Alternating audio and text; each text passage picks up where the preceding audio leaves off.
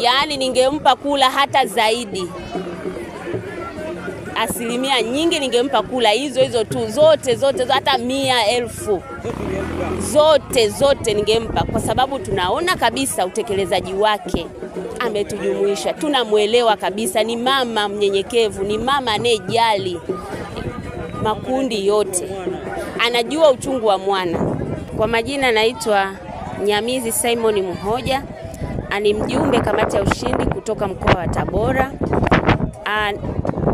Niko hapa kuomba kura kwa watu wenye ulemavu kuanzia mkoa wa Tabora na Tanzania yote.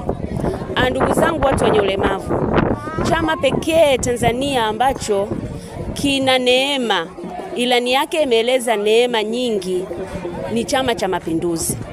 Kwa hiyo naomba tusifanye kosa. Yako mengi yamezungumzwa kwenye ilani. Naomba tusifanye kosa.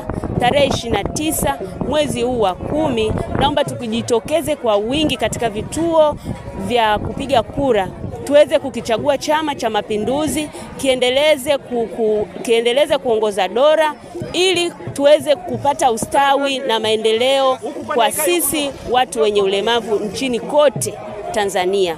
Ninaomba tukampe kura za ndio Dr. Samia Suluhu Hassan, tukawape kura za ndio wabunge wote wa CCM, na pia tuwape kura za ndio madiwani wote ambao katika eneo ambao tunaishi. Tusifanye kosa kabisa. Naomba mafiga matatu yakamilike ili tuweze kupata maendeleo, ili tuweze kupata ustawi kwa watu wenye ulemavu. Samia, unaona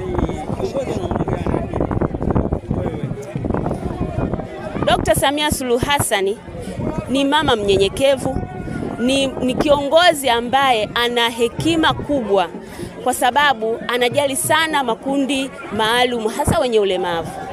Tumeona jinsi anavyotujali.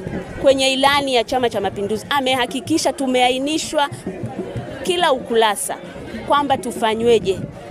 Mikopo yote ambayo ameitoa 10%. Sisi tuna 2% watu wenye ulemavu.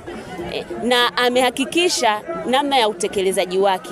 Lakini amegusa katika sekta nyingi sana. Anapenda kutujumuisha watu wenye ulemavu katika sekta zote, kwenye elimu, kwenye afya, kwenye uchumi. Kwa hiyo ni mama ambaye anapenda kuona kundi la watu wenye ulemavu linajumuishwa katika maendeleo. Kweli kula nyingi za ndio zingeenda kwa Dr. Samia Suluhu Hassan. Yaani ningempa kula hata zaidi. Asilimia nyingi ningempa kula hizo tu zote hata 100,000. Zote ningempa kwa sababu tunaona kabisa utekelezaji wake.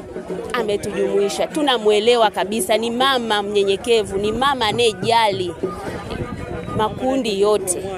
Anajua uchungu wa mwana. Kwa nini unapaswa watu ambao wanamsema vibaya licha kwamba wanajifanya kama waone mazuri yote wanayofanya, ila wanamsema vibaya? Hebu toa neno juu yao. Kwa kweli wale wanaomsema vibaya mama, naona hawaelewi kitu ambacho wanakiongea. Sisi tunaona kabisa kwa vitendo, wananchi wameona kwa vitendo mama jinsi anavyotekeleza mambo maendeleo. Kwa hiyo inamaanisha yeye Mama Samia Suluhu Hassan kwa kweli sasa hivi yeye ndo amegombea, ni mwanamke wa kwanza kugombea urais. Kwa hiyo inamaanisha amefanya mambo mengi ya kimaendeleo katika nchi ya Tanzania. Kwa hiyo mimi namuona anatosha na change inabaki kwa kweli.